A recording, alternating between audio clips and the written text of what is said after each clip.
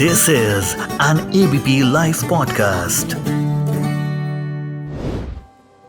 दिल्ली के मुख्यमंत्री फिलहाल अभी तक वो मुख्यमंत्री हैं, उन्होंने इस्तीफा नहीं दिया है। अरविंद केजरीवाल को कल भी दिल्ली हाई कोर्ट से राहत नहीं मिली। दिल्ली हाई कोर्ट में 2 बार सुनवाई हुई, लंच से पहले, लंच के बाद। शाम को फैसला सुनाया गया और दिल्ली हाई कोर्ट ने कहा कि अभी उनको ईडी की हिरासत में ही रहना पड़ेगा। इस पूरे मसले पर हम बात करेंगे। सुप्रीम कोर्ट के एडवोकेट शशांक शेखर झा हमारे साथ हैं। बहुत बहुत स्वागत है आपका। नमस्कार वेलक जी और आपके सभी श्रोतागण को। पहला सवाल, राहत नहीं मिली केजरीवाल को, कैसे देखते हैं इसको? इसे देखते हैं कि बड़ा स्पष्ट एक रुख कोर्ट का रहा है। कल एक नए तरीके का हमने देखा कोर्ट में कि जनरली होता है कि एक पिटिशनर या एक क्लाइंट की तरफ से एक वकील आर्ग्यूमेंट करते हैं। इस केस में हमने कल देखा कि 3 सीनियर एडवोकेट को इन्होंने अपीयर कराया है केजरीवाल जी के फेवर में और उनके बेल लेने के लिए इंटरिम रिलीफ का रिक्वेस्ट करते हुए उन्होंने अपनी मेन पिटीशन को ही दोहरा दिया। उस आर्ग्यूमेंट के समय में ईडी के जो वकील हैं ये राजू, वो काफी गुस्सा और क्रोधित भी हो गए और उन्होंने कहा कि अगर ये 3 वकील करेंगे तो हम भी 10 वकील कर सकते हैं, तो इस समय जाया कर रहे हैं। कोर्ट ने इंटरिम रिलीफ देने से मना कर दिया। कोर्ट ने कहा है कि अगर इंटरिम रिलीफ हम दे देंगे तो वो एक तरह से ऐसा होगा कि हम मेन रिलीफ दे रहे हैं या पूरे मेन पिटीशन का ही प्रेयर को एक्सेप्ट कर ले रहे हैं। तो बिना ईडी को सुने हुए हम ये नहीं कर सकते हैं, क्योंकि ईडी का ये रिक्वेस्ट था कि हमको ये जो पिटीशन की कॉपी है वो सैटरडे संडे को मिला है, हमको पढ़ने का टाइम तक नहीं मिला है, जो हम जवाब फाइल नहीं कर पाए। हम जब तक जवाब नहीं फाइल करते हैं तब तक आप कैसे सुन सकते हैं?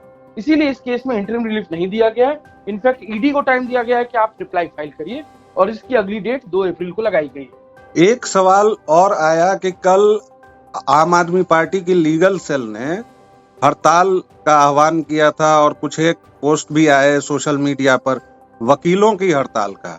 ये कितना प्रभावी रहा और क्या ये मामला ठीक ठाक है या कोर्ट ने इस पर क्या कहा, कुछ कहा क्या? देखिए, इतिहास रहा है इस देश का कि जब जब संवैधानिक संकट आया है वकीलों ने मोर्चा संभाला है और जब जरूरत लगा है तो उन्होंने स्ट्राइक और प्रोटेस्ट भी किया है। लेकिन सुप्रीम कोर्ट ने कहा हुआ है अपने अलग अलग जजमेंट में कि कब आप स्ट्राइक कर सकते हैं और किस तरीके से कर सकते हैं। स्ट्राइक मतलब होता है व्यवधान, मतलब आप रोक रहे हैं काम को। क्या ऐसी परिस्थिति आज आ गई है कि आपको कोर्ट का काम रोकना पड़े? मुझे लगता है नहीं। क्यों नहीं? क्योंकि इस केस में हाईकोर्ट ने संज्ञान लिया हुआ है, हाईकोर्ट में केस चल रहा है, तो आप स्ट्राइक और इस तरीके का काम कैसे कर सकते हैं?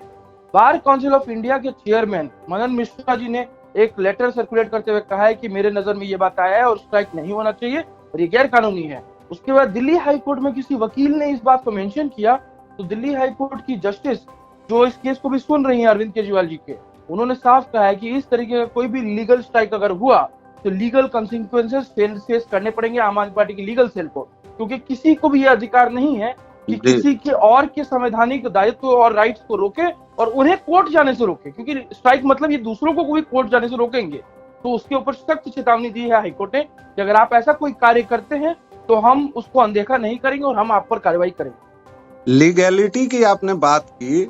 अरविंद केजरीवाल जेल के अंदर से लगातार ऑर्डर पर ऑर्डर दे रहे हैं। पहले ऑर्डर के बाद ईडी ने साफ किया कि उनके पास पेन पेपर का भी एक्सेस नहीं है। फिर भी दूसरा ऑर्डर आ गया पूरे देश के सामने, ऑनलाइन और टीवी पर उनके मंत्री बोल रहे हैं कि उनको आदेश मिला है। ये क्या चल रहा है? और अभी तक अरविंद केजरीवाल ने इस्तीफा भी नहीं दिया है। इसको इस तरीके से समझिए वेलोक जी कि स्कैम करने वाला आदमी स्कैमर ही होता है, चाहे वो जेल के अंदर हो या जेल के बाहर हो। ये जेल में चले गए हैं स्कैम करते हुए और अंदर से जाके भी स्कैम कर रहे हैं। बिल्कुल सही कहा है, ऐसा कोई प्रोविजन नहीं है कि अंदर से ये पेपर भेज पाए, जैसा ईडी ने भी कहा है। दूसरी बात, क्या ऑर्डर आ रहा है ये भी देखिए आप। पहले ऑर्डर में कहा जा रहा है कि आप सीवर और पानी की व्यवस्था को दुरुस्त करिए। जिसकी सरकार 9.5 साल से दिल्ली में है, अगर उसको जेल जाने के बाद याद आए कि दिल्ली में पानी की व्यवस्था खराब चल रही है तो पहली बात उसको पता कैसे चला, और दूसरी बात कि आज तक वो ठीक क्यों नहीं हुआ। तो इसमें दिखता है कि वो अपनी ही गलतियों को छुपाने के लिए और ज्यादा गलतियां कर रहे हैं। और ये सब क्यों किया जा रहा है? क्योंकि एक आपको चाहिए कि आप बस मीडिया में बने रहें किसी भी तरीके से, इसीलिए आप बड़े बड़े पत्रकारों को चिट्ठी भेज के लिखवा रहे हैं कि हमारे बारे में लिखते रहो। उनकी वाइफ सुनीता अग्रवाल आजकल इंटरव्यू और आ रही है, टीवी पे आ रही है, मतलब अपना रिकॉर्डेड भाषण दे रही है जिसमें वो कह रही है कि केजरीवाल की आत्मा बाहर भटक रही है। या मनीष सिसोदिया के 2022 और 2021 के रिकॉर्डेड वीडियोस को सर्कुलेट किया जा रहा है अब, तो ये शो करता है कि ये सब कुछ एक प्रोपेगेंडा, एक तयशुदा राजनीति से था, क्योंकि इन्हें पता था जब से सीबीआई का इसमें केस रजिस्टर हुआ है इस आवाकारी नीति में, तब से इनको पता था आज नहीं तो कल ये अरेस्ट होंगे, और इन्होंने वो व्यवस्था करके तैयार रखी थी कि जब भी ये होगा हम इस तरह का काम करेंगे। मेरा मानना है इस पर कठोर कार्रवाई होनी चाहिए जो इस तरीके का प्रोपेगेंडा फैलाने की कोशिश करे, अंदर से ऑर्डर देने का। और दूसरी बात कि इनको सीएम पद पर बने रहने का कोई मौलिक अधिकार नहीं है, ना ही कोई संवैधानिक अधिकार है, जैसा एलजी साहब ने भी कल कहा है कि हम इसको कंटिन्यू नहीं करने देंगे जेल के अंदर से। तो पहली बात वो, और दूसरा कि आज तक के इतिहास में ऐसा नहीं हुआ है, और आज तो इनफैक्ट दिल्ली हाईकोर्ट में एक पीआईएल भी रजिस्टर्ड है और आज ही उसकी सुनवाई है जिसमें कहा गया है कि दिल्ली के मुख्यमंत्री को हटाया जाए क्योंकि वो जेल के अंदर में है। तो वो सुनवाई भी हम आज देख लें। जी, एक और संवैधानिक सवाल आपसे और थोड़ा सा लीगल मोरल सवाल भी। कल आतिशी मार्लेना ने जो प्रेस कॉन्फ्रेंस की उसमें उन्होंने कई सारे कोट्स दिए और कहा कि यह दिल्ली हाई कोर्ट ने कहा है, लेकिन दिल्ली हाई कोर्ट ने वह नहीं कहा है। जैसे वादी प्रतिवादी सारी बातें कही जाती हैं और फिर उस पर कोर्ट अपनी राय देता है, तो वो शायद कोर्ट की राय नहीं है, वो जो वादी ने कहा है, जो अरविंद केजरीवाल की तरफ से कहा गया है, उसी को उन्होंने कोट किया है। जैसे राहुल गांधी ने एक बार कहा था कि सुप्रीम कोर्ट ने पीएम के बारे में कुछ टिप्पणी की है। इस पूरे मसले पर आप क्या कहते हैं? जब भी कोई ऑर्डर किसी कोर्ट से पास होता है या जजमेंट पास होता है, तो ये एक रूल है कि पेटिशनर का जो भी आर्ग्यूमेंट रहा है उसको लिखा जाएगा, मेन आर्ग्यूमेंट। पेटिशन से भी कुछ निकाल के लिखा जाएगा, उनके वकीलों द्वारा जो बेरा हुआ मेजर पॉइंट है वो लिखा जाएगा, और रेस्पोंडेंट ने क्या कहा है वो भी लिखा जाएगा, और उसके बाद कोर्ट अपना फाइनल ऑर्डर देगा। इस केस में क्योंकि रेस्पोंडेंट ने समय मांगा है तो रेस्पोंडेंट का साइड लिखने का सवाल नहीं उठता। जहां तक पेटिशनर का सवाल है, पेटिशन से बहुत सारी चीजें उठा के पेटिशन में लिखी गई हैं ऑर्डर में, और जो आर्ग्यूमेंट किया गया, चाहे वो सीनियर एडवोकेट अभिषेक मनु सिंघवी हो या बाकी दो सीनियर एडवोकेट्स हो, उनकी तरफ से बोली गई चीजें उसमें लिखी गई। आतिशी मार्लेना ने जिस तरीके से प्रेस कॉन्फ्रेंस किया और वो सारे आर्ग्यूमेंट्स जो उनके वकील ने किया था अरविंद केजरीवाल के, या जो आर्ग्यूमेंट्स पिटीशन में लिखा गया था, उसको उन्होंने गलत तरीके से, विलफुली, मैलिशियसली कोर्ट का नाम लेते हुए कहा है। जैसे कि एक जगह उन्होंने कहा, एक जगह जहां कोर्ट ऑर्डर में लिखा हुआ है कि कोर्ट इस फर्दर ओपिनियन में है क्योंकि पिटीशन में कई सारी सीरियस लीगैलिटी और वैलिडिटी की बात उठती है।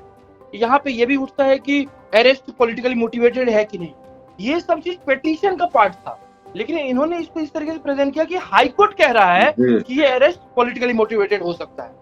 एक दूसरे जगह पे इसी तरीके से कहा गया है कि जो वकील है जो अरविंद केजरीवाल की तरफ से अपियर हो रहे हैं, सीनियर अभिषेक मनु सिंघवी, उनका नाम भी लिखा हुआ है, उन्होंने सीरियस और क्रिटिकल क्वेश्चंस रेज किए हैं कोर्ट के सामने कि कॉन्स्टिट्यूशनल कोर्ट में इस तरीके की चीजें सोचनी चाहिए, मोटिव है कि नहीं इस अरेस्ट के पीछे, क्या वो इलीगल है, क्या उसका डेमोक्रेटिक प्रोसेस और इलेक्शन से डायरेक्ट रिलेशन है।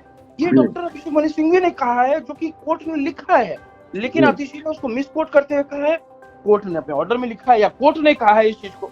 मेरा मानना है कि ना सिर्फ ये बरगलाने वाली झूठी और आपत्तिजनक बात है, बल्कि ये serious criminal contempt of court है। इस पे कोर्ट को संज्ञान लेना चाहिए और आतिशी मार्लेना पे बकायदा कार्रवाई होनी चाहिए। आप जैसा अभी मेंशन कर रहे थे, ऐसा ही सेम काम राहुल गांधी ने किया था। वो फोर्स घोटाले का जो केस, वो राफेल वाला जो केस वो चला रहे थे और जिसके लिए मामला सुप्रीम कोर्ट तक गया था, उन्होंने कहा कि अब तो सुप्रीम कोर्ट ने भी कह दिया है कि नरेंद्र मोदी ने घोटाला किया या नरेंद्र मोदी चोर है, ऐसा कुछ तो लाइन उन्होंने बोला था। और उनके ऊपर जब कंटेम्प्ट ऑफ कोर्ट फाइल हुआ तो उन्होंने वहां जाके बाकायदा माफी मांगी थी। तो मेरा मानना है कि आतिशी को माफी मांगनी चाहिए, और अगर वो ऐसा नहीं करते हैं, क्योंकि वो जिस पार्टी से आते हैं वहां पे ऐसा कल्चर नहीं है, तो इस केस को कोर्ट ले जाना चाहिए, दिल्ली हाईकोर्ट में ही इस बात को संज्ञान में लाना चाहिए और उनके ऊपर कार्रवाई होनी चाहिए। क्योंकि अगर आप इस तरीके का मैसेज इतने बड़े मंत्री के द्वारा ले जाते हैं और आम आदमी पार्टी के ऑफिशियल हैंडल से वो शेयर होता है, इसका मतलब है कि आप झूठ बोल रहे हैं, कोर्ट के नाम पे झूठ बोल रहे हैं। इसको नहीं चलना चाहिए देश में। एक आखिरी सवाल आपसे, दिल्ली का और अरविंद केजरीवाल का भविष्य कानूनी वैधानिक रूप से आप क्या देख रहे हैं? अभी क्या होगा? जबरदस्ती इस्तीफा लिया जाएगा, उसके खिलाफ आंदोलन होगा, क्या होगा, कैसे देखते हैं? देखिए, मेरा मानना है कि अभी तक तो इनको इस्तीफा दे देना चाहिए था।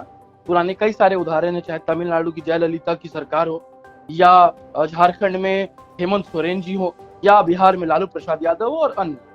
जब जब इन्होंने ये जेल गए हैं किसी भी केस में, इन्होंने इस्तीफा दे दिया और किसी और को मुख्यमंत्री बना दिया, क्योंकि दिल्ली में 70 में से 62 सीटें अरविंद केजरीवाल जी की आम आदमी पार्टी के पास है, तो मुख्यमंत्री नया चुनना उनके लिए कोई डिफिकल्ट काम नहीं था और ये प्रेसिडेंट थे जिसको वो फॉलो कर सकते, जो उन्होंने नहीं किया। वो इस अड़े पे हैं कि हम कोर्ट जेल से ही भले ही सरकार चला लेंगे लेकिन हम इस्तीफा नहीं देंगे। ऐसे केस में कल एलजी का जो बयान है वो काफी इंपॉर्टेंट है।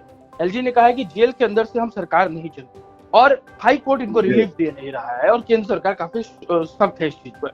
मेरा मानना है कि जिस तरीके से किसी भी सरकारी कर्मचारी को जेल जाने के बाद निष्कासित कर दिया जाता है, उसके काम से डिसमिस कर दिया जाता है, उसी तरह का कार्य यहाँ पे अरविंद केजरीवाल जी के अगेंस्ट में हो सकता है, स्पेशली क्योंकि ये सरकार जो ये चला रहे हैं वो पूर्ण रूप से स्टेट में भी नहीं है, ये यूनियन टेरिटरी है और यूनियन टेरिटरीज पे सेंट्रल का बहुत हद तक अधिकार क्षेत्र होता है। यहाँ पे गवर्नर नहीं एलजी होते हैं और उनका जो रोल है वो काफी ज्यादा होता है। इनफैक्ट सर्विसेज वगैरह सब उनके अंदर में आते हैं और सीएम जो काम कर रहे हैं वो भी सर्विसेज के दायरे में एक तरह से आ सकता है, एक इंटरप्रिटेशन उसका हो सकता है। तो मुझे लगता है कि निष्कासित करना ही एकमात्र उपाय रह गया। शर्मनाक होगा लेकिन लगता है वही कठोर कार्रवाई की जरूरत है। बहुत बहुत धन्यवाद शशांक जी, आपने हमसे विस्तार से बात की, इसके लिए थैंक यू वेरी मच। नमस्कार। This is an ABP Life podcast.